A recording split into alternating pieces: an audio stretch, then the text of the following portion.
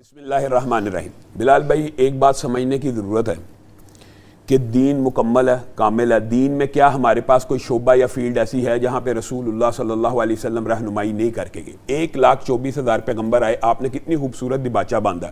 حضرت داؤد کی آپ نے مثال دی ہے، انہوں نے اپنے آواز سے، لہجے سے تغنی کیا، غنا کیا، وہ والا۔ اور یہ بات جو آپ کہہ رہے ہیں نا قرآن پاک کی، یہ حدیث ہے۔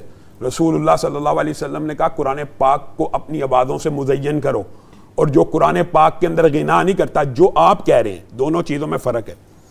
جو قرآن پاک میں غنا نہیں کرتا وہ میری امت میں سے نہیں، یعنی قرآن پاک کو خوبصورت لہجوں میں نہیں پڑھتا، خوبصورت آواز میں نہیں پڑھتا، ترنم سے نہیں پڑھتا، جس کو آپ کہہ رہے ہیں کہ گا کے نہیں پڑھتا، ترنم سے، ہاں ترنم سے نہیں پڑھتا، لے سر کا خیال رکھتے ہوئے۔ میں یہ الفاظ تو پاکستانی ہے نا، بنیادی طور پہ من لم یتغنى بالقرآن، رسول اللہ صلی اللہ علیہ وسلم نے کہا اچھی آواز میں پڑھنا ہے قرآن پاک کو، بلکہ اپنی آوازوں سے مزین کرو۔ اب افراط و تفرید کی بات یہ ہے کہ آواز کے ساتھ یا چڑیوں کی چہچہاہٹ ہو، یا پرندوں کی آوازیں ہوں، یا کھیتوں کی یا سبزے کی لہر ہو، یا پتے کا گرنا ہو، یہ آوازیں یہ نیچرل ہیں اور فطرت ہے۔ جن آوازوں سے رسول اللہ جن چیزوں سے نیچرلی آواز نکلے وہ ٹھیک ہے، ہاں جھرنا ہے، سمندر کے جھرنے کی آواز ہے، یا آبشار کی آواز ہے، یا پرندوں کی چہچہاہٹ ہے، یا کبے کی کائیں کائیں ہیں، ان آوازوں کے اوپر کبھی آپ کو کسی عالم نے کہا غلط ہے؟ نہیں ہے۔ نہ قرآن پاک کو غنا سے پڑھنے سے کسی نے روکا۔ لیکن شاہ جی یہ بھی دیکھیے نا کہ انہی چیزوں کو استعمال کر کے آج نعت کو ہم کس جگہ پہ لے گئے۔ میں یہ بات یہ نہ کہیں کہ غلط استعمال نہیں ہو سکتا، غلط استعمال تو نیچرل چیزوں کا بھی ہو سکتا ہے۔ میں یہ کہتا ہوں غنا کی جو اجازت اللہ رب العزت نے دی ہے وہ وہیں تک ہے۔ 1,24,000 انبیاء میں سے کوئی نبی ڈول لے کے آیا، بانسری لے کے آیا، سرنگی لے کے آیا، طبلہ لے کے آیا؟ نہیں۔ کبھی آپ نے میں آپ کو ایک عرف سمجھا رہا ہوں، عقلی منطقی بات کہہ رہا ہوں کہ آپ نے کبھی کسی شیخ الحدیث کو یا 1,24,000 صحابہ میں سے کسی کو طبلہ سرنگی باجا بجاتے ہوئے دیکھا ہے؟ نہیں آتا ہو۔ وہاں پہ موجود تھا کہ نہیں؟ موجود تھا کہ نہیں؟ میں اس کی حدیثیں کچھ بیان کرنا چاہتا ہوں۔ رسول اللہ، اور یہ بات بڑی عجیب ہے بلال بھائی، موسیقی کی حرمت کے اوپر قرآن کی آیتیں 4 سے زیادہ موجود ہیں، 4 سے زیادہ قرآن کی آیتیں، اور 20 سے زیادہ حدیث موجود ہیں۔ ایک چیز واضح طور پہ اللہ رب العزت نے رسول اللہ کے ذریعے حرام قرار دیا، ہم زبردستی اس کو حلال کرنا بھی چاہیں گے تو حرام کیسے قرار دیا؟ خون کو حرام کیا ہے، اس پہ اللہ کا نام نہ لیا گیا ہو حرام کیا ہے، مردار کو حرام کیا گیا ہے۔ میں آپ کو بتاتا ہوں، موسیقی کون سی آیت؟ میں بتاتا ہوں، لہو اور لغو کے علاوہ وَمِنَ النَّاسِ مَن يَشْتَرِي لَهْوَ الْحَدِيثِ لِيُضِلَّ عَن سَبِيلِ اللَّهِ۔ اس کی بہترون میں اب بات بتائیں، یہ قرآن پاک کی آیت ہے، وَمِنَ النَّاسِ مَن یہ حرام يَشْتَرِي کیسے ہو گئی؟ سنیں، ترجمہ پڑھیں گے تو آپ کو پتہ لگے گا نا، ترجمے سے حرام ہونی۔ اور بعض لوگ ایسے ہیں، ترجمے سے بھی حرام نہیں ہوتی ویسے، نہیں چلیں اگر حرام نہ ہوتی ہو یہ تو آپ فیصلہ کریں نا۔ عبداللہ ابن مسعود نے 3 قسمیں کھا کے کہا کہ اس سے مراد گانا ہے۔ صحابہ کی بات مانی جائے گی کہ ہماری بات مانی جائے گی؟ لیکن اس میں بھی پھر قسمیں ہیں۔ میں نے اس کو پہلے مستثنا قرار دے دیا، میں نے اس آواز کو تو پہلے مستثنا، یعنی مطلقاً حرام نہیں قرار دے سکتے قرآن سے مطلقاً میں آپ کو بتاتا ہوں، مطلقاً بھی حرام ہے، ضروری نہیں ہوتا کہ ہر چیز کا علم ہو، وہ اگر نہیں ہے تو ہم آپ کو بتانے کے لیے تیار ہیں۔ وَمِنَ النَّاسِ مَن يَشْتَرِي لَهْوَ الْحَدِيثِ لِيُضِلَّ عَن سَبِيلِ اللَّهِ۔ اور بعض لوگ ایسے ہیں، بتاتا ہوں، بعض لوگ ایسے ہیں جو لہو و لعب کو خریدتے ہیں، موسیقی کے کنسرٹس کی ٹکٹیں خریدتے ہیں، لِيُضِلَّ عَن سَبِيلِ اللَّهِ۔ اس دور میں بھی موسیقی کی محفل ہوتی تھی، اور یہ اسی دور میں جو موسیقی کی محفل ہو رہی تھی اس کے بارے میں آیت نازل ہوئی ہے۔ کنسرٹ ہو رہے تھے۔ تفسیر فرما رہے ہیں کہ ترجمہ فرما رہے ہیں؟ ترجمہ ہے کہ جو خریدتے ہیں، گانے والیوں کو، موسیقی کو خریدتے ہیں، لیُضِلَّ کی وجہ سے حرمت ہوگی، وہ لِيُضِلَّ عن سبیل اللہ۔ ہاں بالکل، لِيُضِلَّ عن یہ شرط جو ہے نا اس کو حرام کر سکتی ہے، اگر نہیں ہوگی تو سب یہ حرام نہیں ہے۔ میں اس شرط کے علاوہ ایک بات کہتا ہوں، یہ تو شرط بھی حرام والی ہے بلال بھائی۔ آگے عبداللہ ابن مسعود ہیں، وہ کہتے ہیں اللہ کی قسم اس سے مراد گانے اور لہو و لعب کی محفل میں جانا ہے۔ کس قسم کا گانا؟ اور یہ بات تو پہلے ہی ہو چکی ہے، وہ تو آپ کی بات درست ہے۔ کیسے کہاں ہو چکی؟ اچھا کس قسم کی گانا؟ اصل میں ہمارے بزرگان جو ہے نا کھول کے بیان نہیں کرتے، ہم چھوڑ دیتے ہیں کہ آپ فیصلہ کرو۔ میں بیان کر دیں اسی آیت کو، پہلے میں چاروں آیتوں کے وہ جواب ان سے لے لیں، پھر میں بات کر لوں گا۔ عبداللہ ابن عباس جو ہے نا وہ مفسر قرآن ہے، انہوں نے قسم کھا کے کہا اس سے مراد گانا ہے۔ بسم اللہ الرحمن الرحیم۔ ابھی آپ نے سنا ہے جی نعت شریف، یقین جانیے کہ ایمان تازہ ہو گیا۔ اس کو بھی گانا کہا جا سکتا ہے۔ اب یہ بھی غنا ہی ہے، غنا بالکل غنا ہے۔ اچھا میں اس کے بارے میں بھی آیت قرآن کی دکھا دوں؟ میں ما کان صلاتہم عند البیت الا مقام و تصدیہ. اللہ کہہ رہا ہے کہ خانہ کعبہ کے ارد گرد موسیقی اور طبلے اور تالیاں بجاتے ہیں اور سیٹیاں بجا کے عبادت کرتے ہیں. وہ عبادت نہیں سے کرتے, عبادت کرتے تھے نا, تو اللہ نے کہا ان کی عبادت تالیاں اور سیٹیاں بجانا ہی ہے.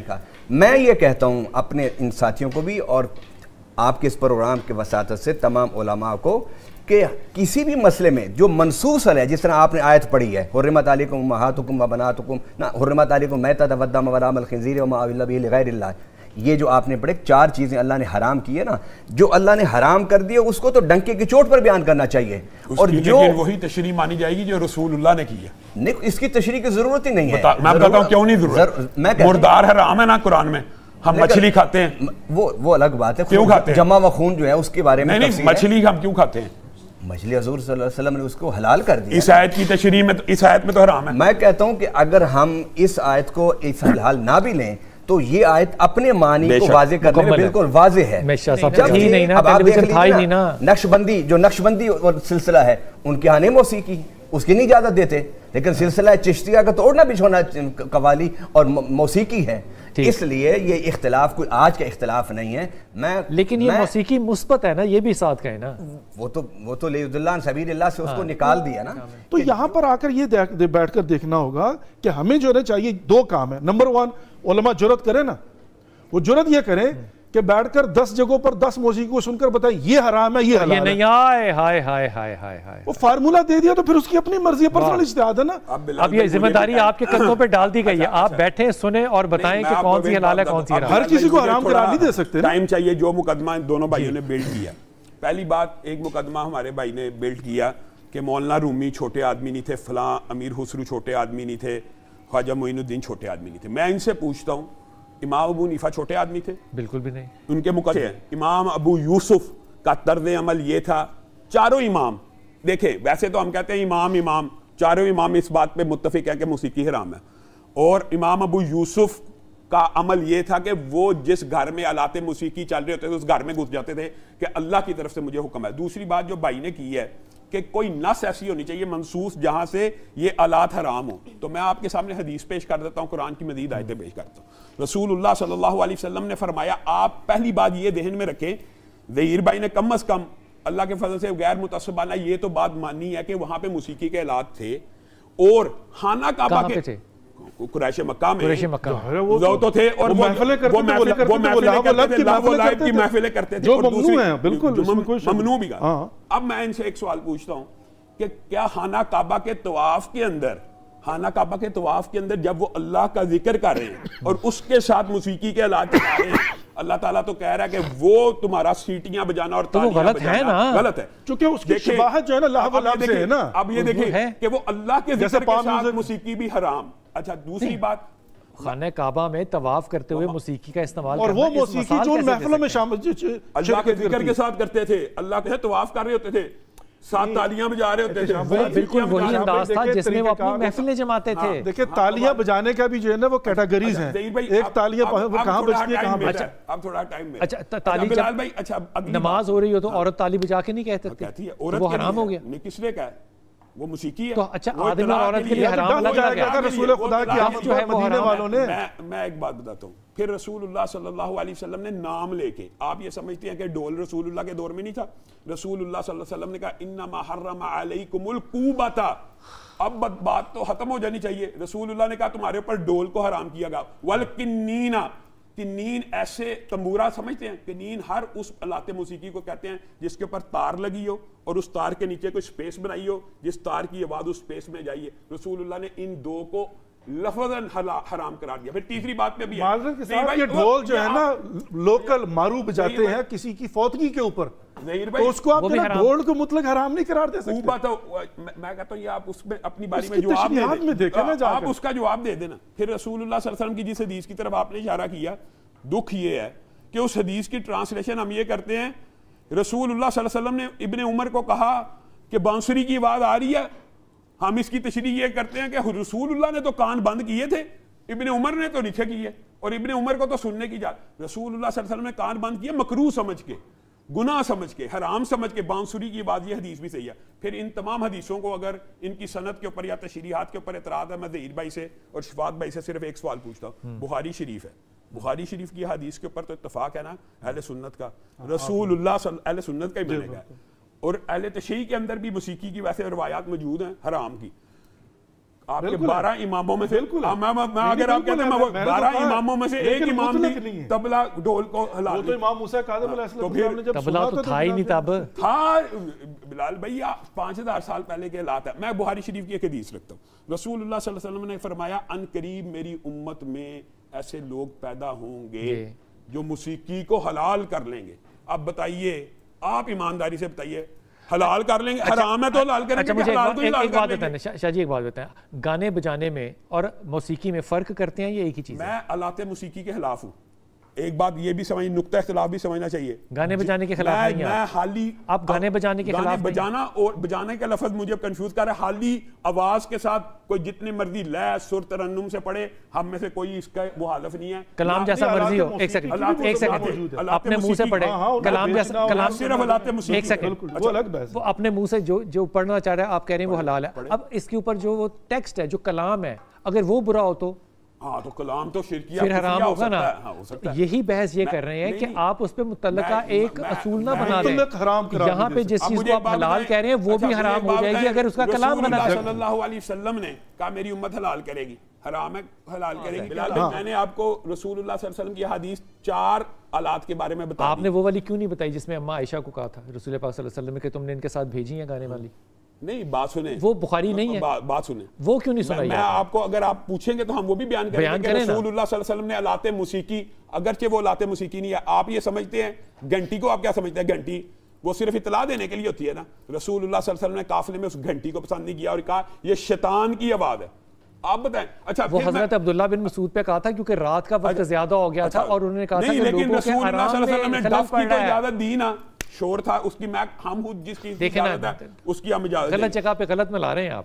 میں تو 100% درست کہہ رہا ہوں, گھنٹی کی آواز رسول اللہ نے. اس کے بعد حضرت عبداللہ بن مسعود نے وہ ساری چیزیں صدقہ کی اور اماں عائشہ کو کہا اب میں جنت میں جاؤں گا. اللہ کے رسول نے لوگوں کو تنگ کرنے کی نسبت سے کہا تھا کہ یہ تنگ ہو رہے ہیں, اگر اونٹ کے گلے کی گھنٹی بھی شیطان کی آواز ہے تو آپ موسیقی کے آلات کو حلال سمجھتے ہیں؟ وہ ڈیپینڈ کرتا ہے کہاں پر نا. دوسری بات یہ ہے, ایک بات سن لیں, قرآن پاک کی ایک اور آیت ہے, چلیں اس کی تشریح آپ کریں. آپ نے حدیث نہیں سنائی ویسے اماں عائشہ والی؟ اماں عائشہ والی حدیث بھی سناتا ہوں, وہ شفاعت بھائی سنائیں گے, اس کی تشریح ہم کریں گے بچیوں والی حدیث کی, وہ تو ان کی دلیل ہے نا, تو انشاءاللہ. اچھا بات یہ ہے, قرآن پاک کی ایک آیت ہے اور دیر بھائی اس کے اوپر غور کریں, وَاسْتَفْزِزْ مَنِ اسْتَطَعْتَ مِنْهُمْ بِصَوْتِكَ. اللہ کہہ رہا ہے شیطان کو کہ جا تو میرے بندوں کو گمراہ کر اپنی آواز سے. مفسرین متفق ہیں شیطان کی آواز گانا ہے. اب بتائیں یہ کیا, پھر ہم کہاں گانے کی عربی کیا ہے؟ ہم کہاں جائیں؟ گانے کی عربی کیا ہے؟ گنا. تو ہر گنا حرام ہو جائے؟ نہیں, حالی آلات موسیقی والا, میں تو اس کو یہ اصل میں قید کرتا ہوں. اچھا وہ بھی گناہ حرام ہے جس کے اندر کلام غلط ہے. ہاں وہ بھی گناہ حرام ہے جس کو کہ آپ نے آج کل کے فلمی گانوں کے ساتھ لگایا جو کلام ہی غلط ہے, آپ اکراس دا بورڈ گناہ کو حرام ہے. جو کلام بغیر گناہ کے بھی غلط ہو وہ غلط ہے. قومی ترانہ جو ہے وہ گناہ نہیں ہے. ہاں قومی ترانے کو میں قومی ترانہ حرام ہے. قومی ترانہ تو موسیقی حرام ہے.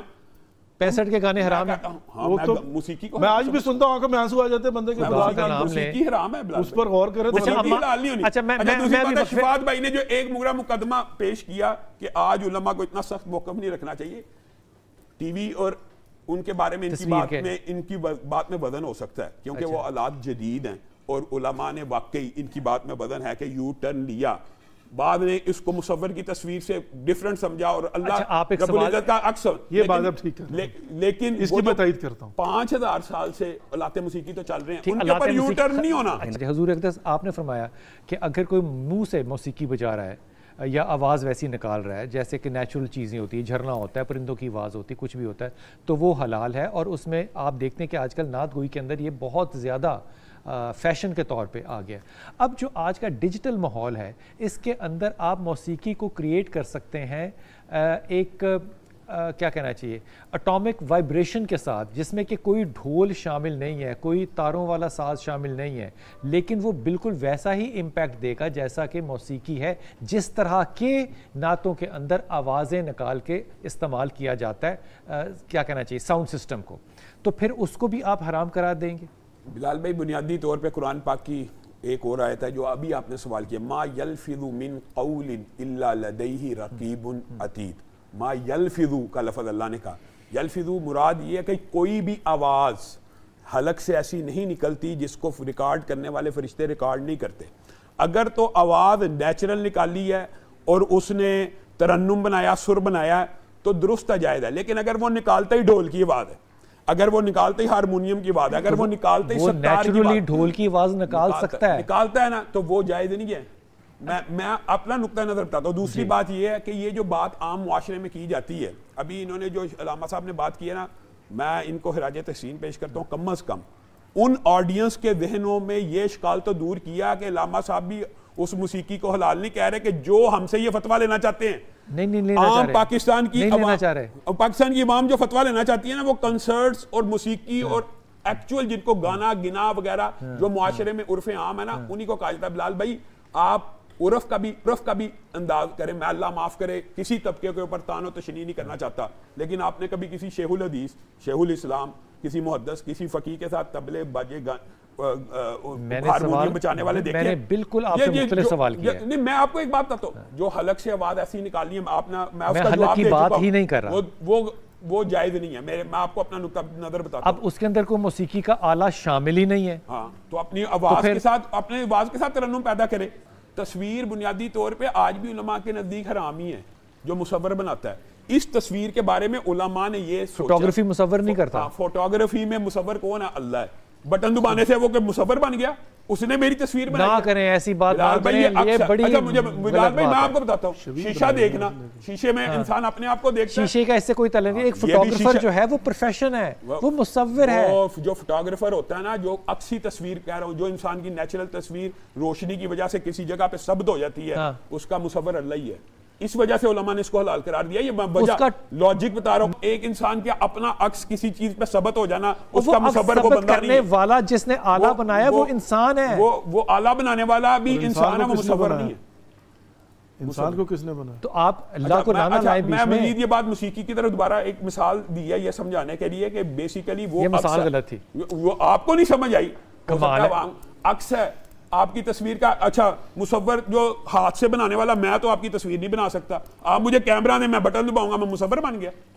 اور بلال بھائی یہ ایک آرٹ ہے, تصویر بنانا. آپ کی شکل انسان کے ہاتھ کا نہیں بنا ہوا. وہ کیمرہ انسان کے ہاتھ کا بنا ہوا ہے, کیمرہ بنا ہوا ہے, لیکن یہ تصویر کیمرے کے پیچھے جو کھڑا ہے وہ بھی انسان ہے. میں نہ ظہیر بھائی, ہمیں یہ استعداد ہی نہیں کہ آپ کی تصویر بنا سکیں. اچھا, ہم کیمرے سے بنا سکتے ہیں. آپ صرف ہاتھ سے بنانے والی تصویر کو حرام سمجھتے ہیں؟ حرام بس, وہ رسول اللہ نے فرمایا ہے, باقی نہیں. باقی کیمرے کو میں نہیں حرام سمجھتا. تصویر جو ہے وہ ڈیجیٹل اگر ہو تو حرام نہیں ہے, ہاتھ سے بنائی ہوئی حرام. اچھا مان لینا, میں آپ ہی کی مان رہا ہوں. اب میں آپ سے کہہ رہا ہوں کہ آپ ڈیجیٹل تصویر کو حلال کہہ رہے ہیں, ڈیجیٹل میوزک کو حرام کیوں کہہ رہے ہیں؟ پھر میں آپ کو یہ بات اس کو بھی حلال کہیں. میں اس کو حرام سمجھتا ہوں. موسیقی کی ہر آواز کو ایک طرف تو آئے نا, پارٹیاں کیوں بدل رہے ہیں بار بار؟ پارٹیاں نہیں بدل رہا. میں نے تو ان کی بات کا جواب دیا کہ وہ کیوں حلال ہوئی. موسیقی کے آلات تو 5000 سال سے موجود ہیں.